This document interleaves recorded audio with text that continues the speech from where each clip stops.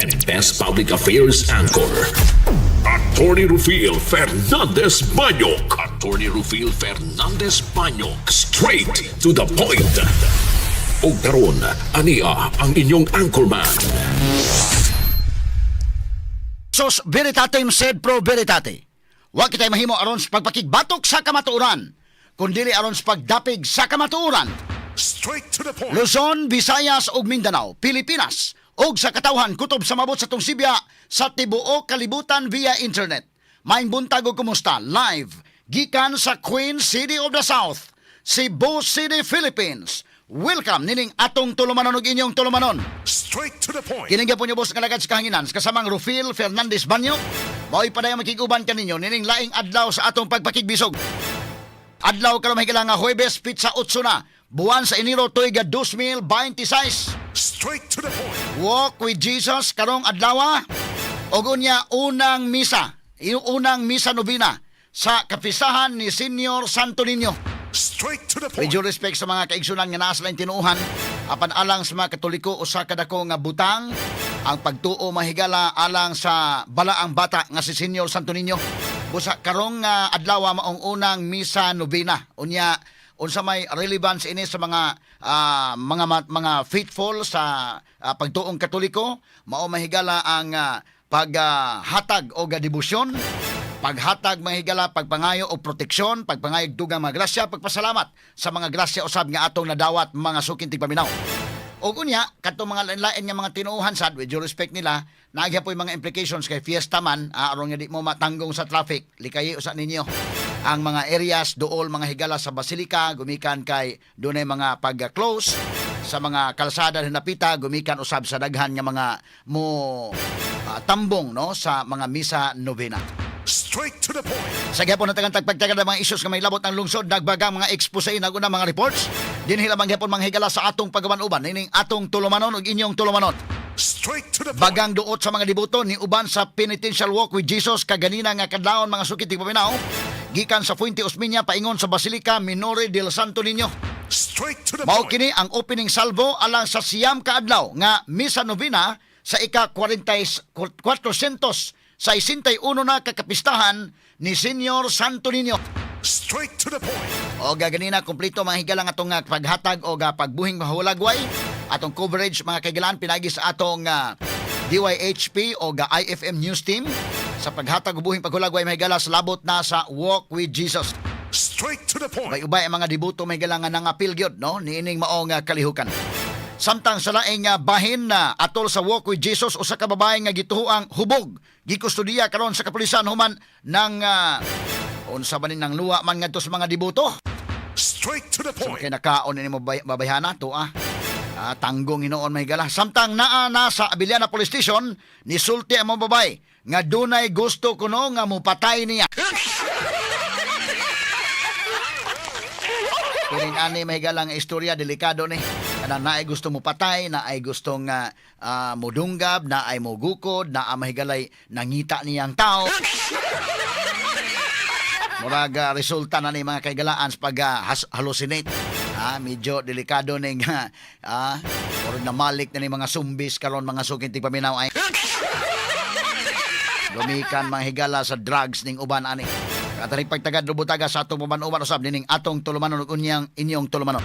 Straight to the point. Samtang congratulations sa mga bag-ong ni pasar, bag-ong mga abogado nga nigawas nga bar exam result kagahapong adlaw. O alang sa mga wa makahimo nini, sige lang no. Padayon lang. Way angay kabalakan kana pa may sunod nga mga katuigan, sunod tuig, la kumbati lang, no di lang magpakawa og paglaom. So atong gi-congratulate ang mga bag-ong mga lawyers and congratulations sa University of San Jose Recoletos College of Law sa bugtong subuanon nga nakasod sa top 20 mga higala nga bar examination. Top 10, top 20, no? Siya mao si Joey Loyloy Umpad nga nakakuha og score nga 91.25 nga nahimutang sa ikaunom nga dapit. Straight to the point. Top 6 mga higala sa 2025 bar examination.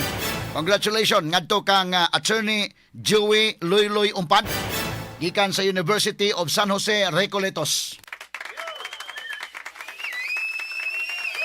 Samtang sa laing mga balita sab, Didto mga kaigalaan sa lungsod sa Sibunga, na usa ka lalaki nga naglingkod lang atubangan sa katindahan kalit nga gidunggap sa makadaghang higayon sa usa-usab ka lalaki. Straight to the Ang point. maong hitabo nakuhaan mahigala og footage pinaagi sa CCTV sa maong tindahan. Ang suspect dali hinuong nadakpan sa kapulisan. Straight to the point. Samtang sa dugang mga balita, Senador Amy Marcos ni Butiag nga dunay pipila ka mga senador o kongresista nga pasakaan og kaso. Sud ning buwana may kalabutan sa flood control projects og dayon i-dissolve na ang ICI. Straight to the point. Karon tagaan tanig pagtagad may gala kinsa ni mga senador o kinsa ni mga congressmen. Kumusta man ang mga na-involved sad nga mga taga Malacañang? Ura man og namingaw. O gamatod pa ang ICI, gawa naman. Tanggalo naman, wag tango naman. At karon palang daan, good as wala na ang ICI daykin.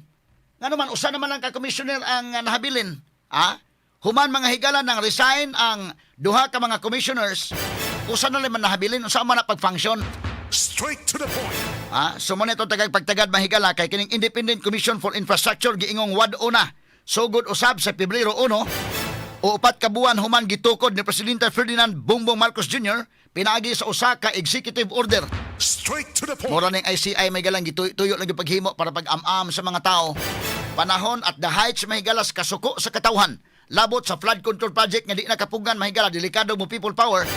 Hinungdan nga gitukod kining ICI, yamaman ang mga tao nga kunuhay ay kabalaka, taga ikigayon, ay lamo kalma lamo diha, katong mga naglali, balik lamo sa inyong tagsa-tagsa ka mga lugar, balik lamo sa tagsa-tagsa ka mga opisina, tagsa-tagsa ka mga panimalay, kay ni anay gihimo nga investigasyon. Paghiman-himan pa mahigala wa gyud mga gagmayng isda ra ginakuha taon. Kanas diskaya, civilian man na mahigala, kontraktor, dako na nga kontraktor. Pero o maghisgot ka mahigala got na ng contractors, kung imong pangutan una, moingon mo gusla mahigala nga napugos sa sadmiani, gumikan ini mga empleyado sa gobyerno. Straight to the Kay point. napugos sila mahigala kamamay kalakalan. So okay, nay kontraktor ikiha na. Kinsa pa maning uban nga kapariha mahigala diskaya, labi na din Sugbo. O ikiha. Pero matod pa nila, nganong kanila bang gagmay? O imong tanawon gagmay mga bisa ako mo evaluate gagmay. Mabitaw nang naakaron sa Regional Trial Court sa Lapu-Lapu City kay mga gagmay kay kung dagko pa na tuan na mahigala sandigang bayan. Straight to the point. Kaya ang jurisdiction mga kaigalaan salary grade 27 paubos di naman ka sa RTC pag-evaluate sa graft case og high ranking public official pa na tuwa sa sandigang bayan ang kaso. Muna karon way kaso sa sandigang bayan ang pasabot nga gagmay lang isda ang nakuha. Giulug-ulugan lang ta mahigala, ha? Giulug-ulugan na ta, di aray bulinaw, di tambasakan. Wag yung tatagai katong dagko-dagko nga katong mga tuna unta, katong iho unta.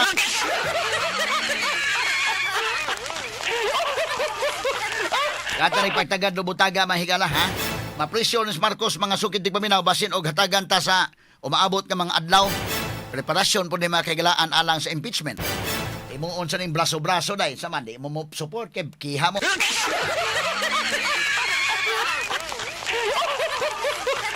Ato ni dagang pagtagad robutaga mga kaigalaan unsa kay kapalaran ni Sara Duterte ining 2026. Straight to the Mo ni point. dakong pangutana mahigala kini mga congressmen mo pirma pa bagha o pagdugang alang sa pag-impeach ni Sara o dili na.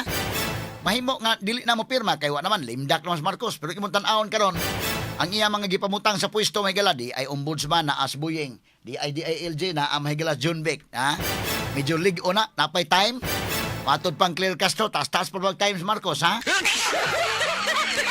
Busa kung ikaw karon congressman ka or senador or governor ka o padong dilis mayor, di gyud ka usa magara-gara ron panahon na. Di isa gyud ka mahigala mo tiwalag ron panahon na kay delikado kay ka. Under kas jurisdiction sa ombudsman, ma-ombudsman ka, inya human isuspenso ka or tanggalon kas DILG, goodbye ka. Yagi talan ni kataw-katawa mga sukid dig paminaw. Atagan tanig pagtagad sab karon nga buntaga sa atong pagban-uban usab nining atong tulumanon ug inyong tulumanon.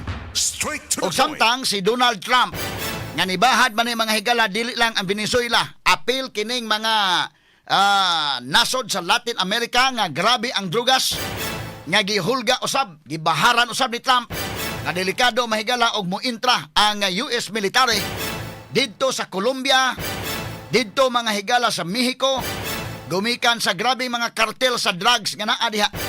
O kinirabang mga drugs ang ilang market to sa United States of America. Suko si Trump. Si Trump di ko gusto ng mga drugs, ha? Mato pa niya. Kini mga kartel ani, kini mga tigpayuhot ani, ha? O kanang mga responsable, ha? Angay ning gukuron matupan Trump. Straight to the point. Naganda nagpagtagad kay grabe-grabe ning kang Trump mahigala war on drugs po ning iya. Pero hasta mga barko gud nga moagi sa Caribbean Sea nga dunay drugs mga kagalaan, di man lang gud dakop ning iya indekin. Na issue si Trump mo nang delikado ni siya mga higala gumikan kay iya mang pabuton ang barko. Lunuron man gyud ang barko. Mo nang nireklamo sa uban nga ngayo lunura sad, Ug ngano day ikumpiskar lang ng mga gamit din ha. Pangdakpo ng naa. Ang kang Trump may galab. Palusot ka na mong drugs pa doon sa Amerika, lunod yun mo. Manang gihulga si Trump pasakaan kag kaso sa ICC. Suko si Trump, dili mi under ng ICC, dili mi membro ana. Kanang taga ICC mo pa na mo silutan dili. Ato ni tagag pagtagad mga sukid tigpaminaw. Sa ako nagingon unsa may implication ining usa ka pag-atake mahigala o pagkuha sa presidente sa Venezuela sa armadong kusog sa Amerika. Kini mga kaigalan usa ka dakong pagpakita sa capability sa armed forces mahigala sa US o usa kini mahigala ka dako mga kaigalaang kasyak sa China. Apan matod pa sa China bida mura sila mahigalag dako ni nga kanil ba? Mura sila na shock sila ani. Pero matod pa usab within China ilan ning himuong blueprint alang usab sa ilang problema diri sa Taiwan. Straight to the point. Uyawa ning kalakihan og manundok ang China diri sa Taiwan. Nga ilapod manghigalang inanaon. Mulaban ba ang Amerika sa Taiwan? Mao sa ni dakong problema. Kay kini mahigalang Venezuela ug China suod man kini sila. Kay ang China man mga kaigalaan mao bitan nga medyo alanganin ang Amerika mahigala sa Venezuela. Number 1 sila nga dunay oil reserve. Labaw pa na sa Saudi, labaw pa sa Iran, labaw pa na sa Middle East. Og unya mga sukid tigpaminaw sila mo amigo sa China, magamhanan ang China mga kaigalaan gumikan kay naa sila lana. Ang Amerika dili sa mga magkontrol sa lana sa Venezuela delikado kay siya. So kini mga higala mga strategy ni sa geopolitics mga sukid tigpaminaw. Suod kayo ang China ug Venezuela. In fact, kanang Venezuela utangan na mga kaigalag $60 billion dili mga kaigalaan sa Venezuela. Ang bayad sa Venezuela very cheap nga pagbaligya nila sa oil ngadto sa China. Yung sa man karon ang Amerika na mo control indekin. Dakong problema na sa China, mo na mo control. Ang US na mga sukid tigpaminaw. Straight to the point. Natalig pagtagad do nga buntaga mga kaigalaan sa tupaban-uban usab nining atong tulumanon ug inyong tulumanon. Straight to the Pero mo point. lagi na, suod kayo ang Venezuela ug China pero pag-atake ni Trump wa kalihok ang China. Ang pangutana ana karon, kining problema sa China ug Taiwan. Suod man ning Taiwan ug Amerika. Kay kining Taiwan dili man ni sandig sa Amerika. Kung atakihon ang Taiwan, mulaban ba ang Amerika?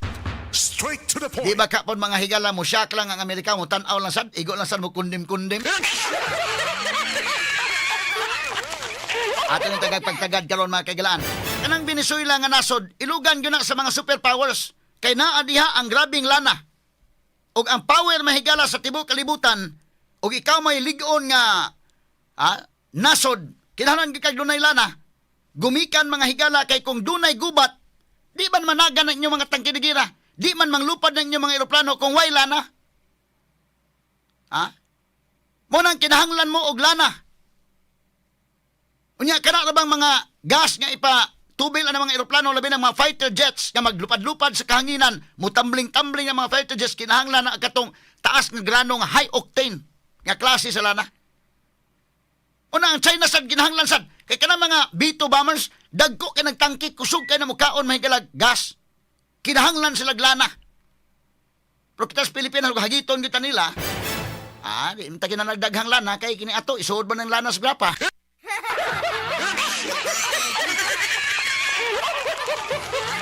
Di saglana sa lubi lang, muda, mulupad naman itong atong Sikihor Airbase. Reinforce pa mahigalang Naga Airbase o ang Capiz Airbase. Kinahanglan, di ba? Dagkog tangke ng ilang mga fighter jets. Ang ato rin, grapa na may dadot. Kini guban pang masgutanan niya mabati exclusive over DYHP RMN Cebu 612 sa dial sa inyong mga radyo sa 93.9 IFM. Sa serbisyo publiko, maaasahan mo. Mga balita'y detalyado.